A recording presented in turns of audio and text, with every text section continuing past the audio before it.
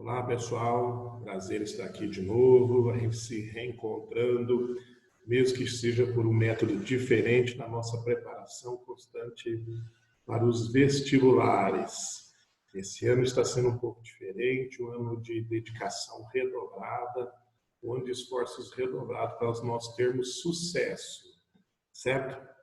Então, nós vamos iniciar hoje uma nova caminhada com um novo modelo. Hoje, especialmente, nós vamos ver a frente 2,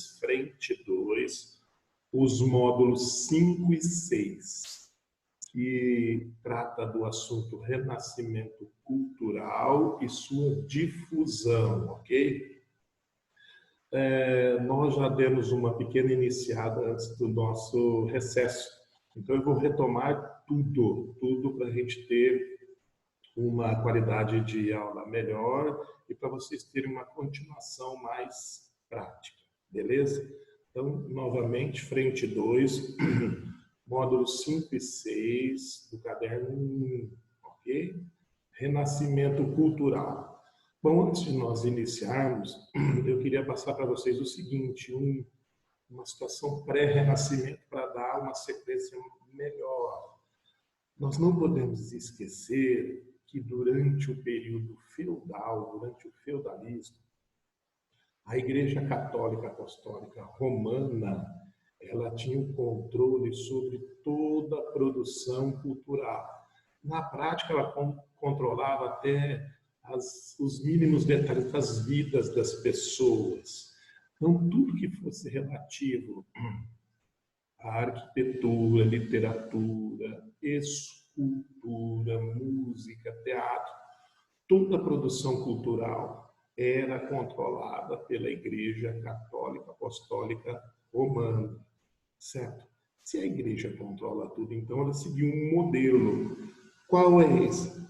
O modelo que a Igreja seguia, o modelo de produção cultural. A Igreja segue o modelo de produção cultural. Nós chamamos de arte sacra. Arte sacra, que quer dizer sagrada. Então, tudo estava ligado à religião, ok? Tudo estava ligado à religião. Além disso, havia uma ideologia, um pensamento econômico, político e social predominante. Uma ideologia, um pensamento econômico, político e social predominante, que, óbvio, representa os interesses da Igreja. Esse pensamento nós chamamos de teocentrismo. Teocentrismo, que significa Deus como centro do mundo, Deus como centro das atenções. Então, estas são as características marcantes do período feudal. Só que a Europa ocidental principalmente, vinha passando por grandes mudanças, intensas mudanças. Desde o início do século XII, com as cruzadas, o renascimento comercial e urbano. A partir do século XIV, nós vamos iniciar uma nova etapa durante os séculos XIV, XV e XVI, que é o chamado renascimento cultural. O nome já diz tudo, renascimento, um recomeço, um reinício. Reiniciar o quê? A produção cultural, certo? O renascimento, na prática, o renascimento cultural, ele vai provocar uma nova visão de mundo. O homem passa a ver o mundo de uma maneira totalmente diferente. E este renascimento cultural, ele interessa a uma classe social específica, que é a burguesia. Por quê? A burguesia é a classe mais jovem. Se eu fizer aquela pirâmide tradicional social que nós fazemos, nós vamos ter lá a nobreza, o clero e os servos. A burguesia vai entrar aí no meio. É uma classe jovem, nova. Então ela precisa se firmar como classe social. Ela precisa se garantir como classe social. É como quem diz, olha, cheguei, eu quero meu espaço. E ela vai usar o renascimento para isso. Então, como nós poderíamos definir o termo renascimento, que foi um movimento burguês? Foi um movimento feito pela burguesia, patrocinado pela burguesia, que interessava a burguesia. O Renascimento foi um movimento de ideias, um movimento de ideias. E estas ideias representam os interesses da burguesia, dessa jovem, dessa nova classe social. Um movimento de ideias que representa os interesses burgueses. E quais seriam essas ideias que representam os interesses da burguesia? Bom, se é um renascimento, tem que se contrapor tudo o que foi pensado no período medieval. Então, primeiro, eles defendiam o antropocentrismo. Antropocentrismo. Antropos, homem, o homem como centro das atenções, centro do universo. Ou seja, eu passo a valorizar o homem, o ser humano. O ser humano. Além do antropocentrismo, nós temos o humanismo. Humanismo, quer dizer, um movimento que defendia a valorização das ações do homem. O humanismo é um movimento que defende a valorização das ações, do que o homem produz, o que o homem faz. Se o homem é o ser da ação, o homem é o ser da transformação, então por que não valorizar o que o homem faz? Depois nós temos a alma, a base, o coração do Renascimento, que é o racionalismo. Esse termo, você já sabe, nós vamos usar a exaustão. O racionalismo é a alma do pensamento burguês, que defende o quê? A razão deve sempre superar a fé e a emoção. A razão deve sempre superar a fé e a emoção. Essa é a base. Então, esses foram os principais ideais do renascimento cultural para a burguesia. Agora, se é um novo movimento, é um renascimento, ele tem que seguir também um novo modelo. O modelo de arte que ele segue é o modelo greco-romano. O modelo de arte praticado durante o Renascimento é o modelo greco-romano, também chamado de modelo clássico. É um modelo que valoriza o homem, tanto que a base é o perfeccionismo. E se é um movimento burguês, eu tenho uma pergunta. Onde ele surgiu? A origem do Renascimento. O Renascimento, eu disse no comecinho da nossa aula, que ele aconteceu principalmente na Europa, Europa Ocidental, mas ele tem que começar em algum lugar. Em que lugar foi esse? Na Itália. O berço do Renascimento é a Itália, principalmente a cidade de Florença. Por quê?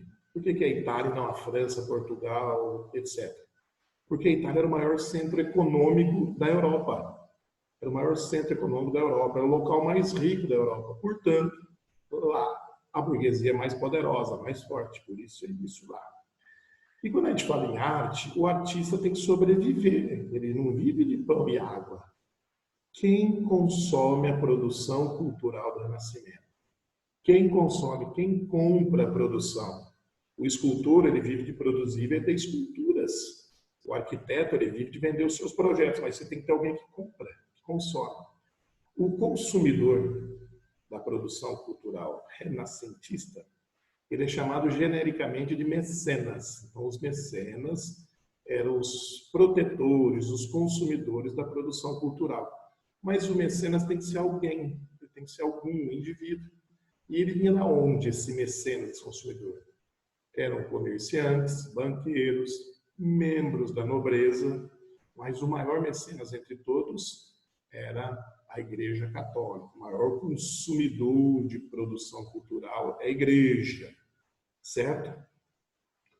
O Renascimento, como eu acabei de dizer, ele começou na Itália, mas ele não era somente italiano, ele se espalhou por toda a Europa.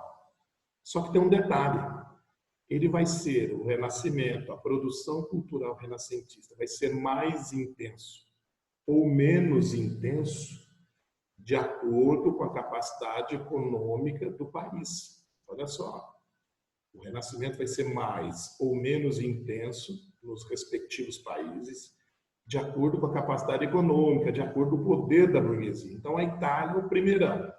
Depois da Itália, nós vamos ter aonde? Diversos países. Os Países Baixos, onde hoje mais ou menos é Holanda e Bélgica, certo? Portugal, Espanha, Inglaterra e França, e etc. Esses são os principais. Então, nós temos que guardar o seguinte: nós tivemos manifestações culturais em toda a Europa Ocidental. As manifestações vão ser mais ou menos intensas de acordo com a capacidade econômica dos países. E eu comecei a aula dizendo que o Renascimento mudou a forma do homem ver o mundo. O homem medieval, um homem temente a Deus. Nada acontece no mundo se Deus não quiser, não permitir. O homem do Renascimento é o homem da razão, certo? É o homem da experimentação. Tanto que nós tivemos também um renascimento nas ciências. Lembrem que a base, o coração do pensamento renascentista é o racionalismo. A razão deve sempre superar a fé e a emoção.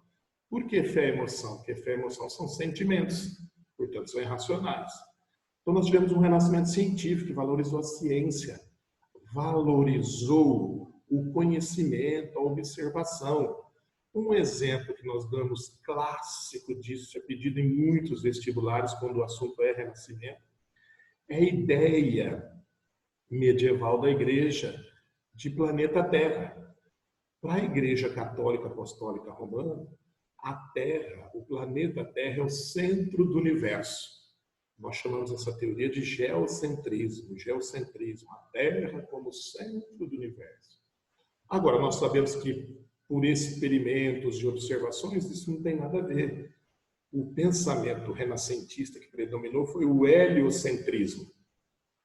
O Sol como centro do universo, o Sol uma grande estrela e a Terra como outros planetas gira ao seu redor. Então nós tivemos um embate, geocentrismo, heliocentrismo. Esse é o grande símbolo do Renascimento. Nós podemos até citar para ilustrar, no livro vocês vão ver com mais detalhes, os grandes estudiosos, o Galileu, o Copérnico, o Kepler, que lutaram muito, alguns até deram suas vidas, para proclamar esse novo mundo que surgia. Então, pessoal, essa foi uma base do que eu passei para vocês. Alguns trechinhos nós havíamos começado, eu retomei então para a gente dar sequência. Espero que esse vídeo tenha ajudado vocês. Estou à disposição para as dúvidas. Muito obrigado e valeu, pessoal. Tchau, até a próxima.